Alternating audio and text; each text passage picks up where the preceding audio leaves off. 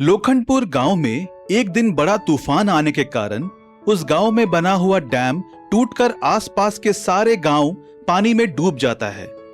इससे सारे लोग अपने घरों के छत पर चढ़कर अपने अपने प्राणों को हथेली में रखकर मदद के लिए राह देखते रहते हैं।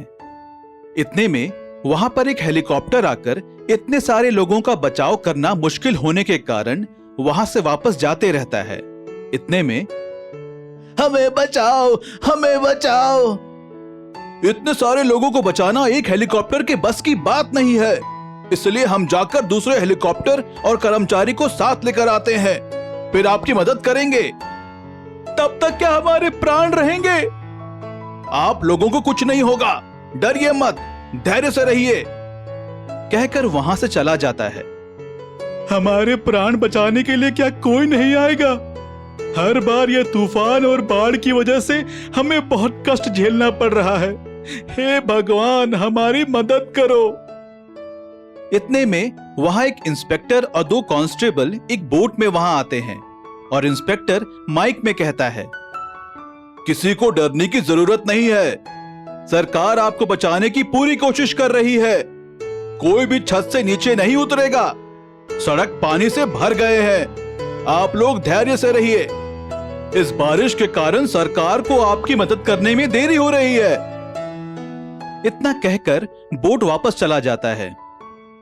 फिर घर के छत पर बैठा हुआ एक ऋषि खड़ा होकर इस तरह चीखते रहता है, हमारी मदद कोई नहीं करेगा, क्योंकि गांव में बहुत ज्यादा पाप बढ़ गया है। भगवान हमारे गांव का विनाश कर रहा है, इससे कोई नहीं बचेगा। इसीलिए आप सब लोग अपनी प्राण बचाने की प्रार्थना कीजिए। स्वामी जी, आप इतना लेट ये बात क्यों बता रहे हो? अगर पहले ही बता देते तो हमारे गांव पर इतना बड़ा संकट नहीं आता। अगर पहले बता दिया होता तो कोई विश्वास नहीं करता।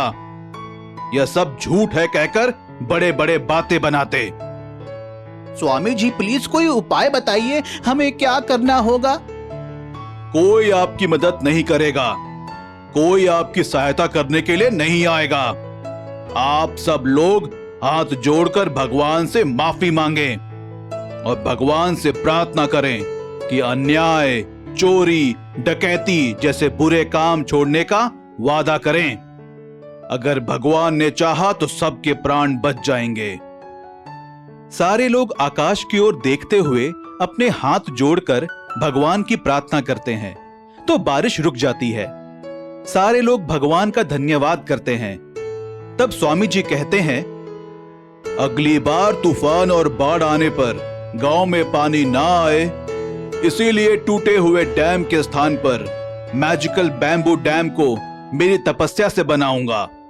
उस मैजिकल बैम्बू से मैजिकल पावर उत्पन्न होकर तूफान और बाढ़ आने पर गांव में पानी ना आने देगा, जैसे वो डैम रोकता है।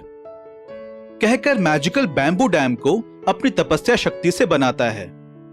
बाढ़ का सारा पानी मैजिकल बैम्बू डैम में चले जाने से सारे गांव में शांत वातावरण होता है।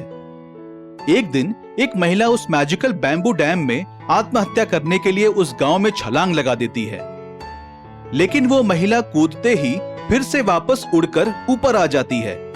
उससे हैरान होकर महिला फिर से मैजिकल बैम्बू डैम में छलांग मारती है और फिर से उड़कर ऊपर आ जाती है। यह आश्चर्य से इसका कारण सोचते रहती है। इतने में ऋषि वहां आकर कहते हैं, तुम कितने बार भी छलांग लगाओ, यही होगा। ऐसा क्यों?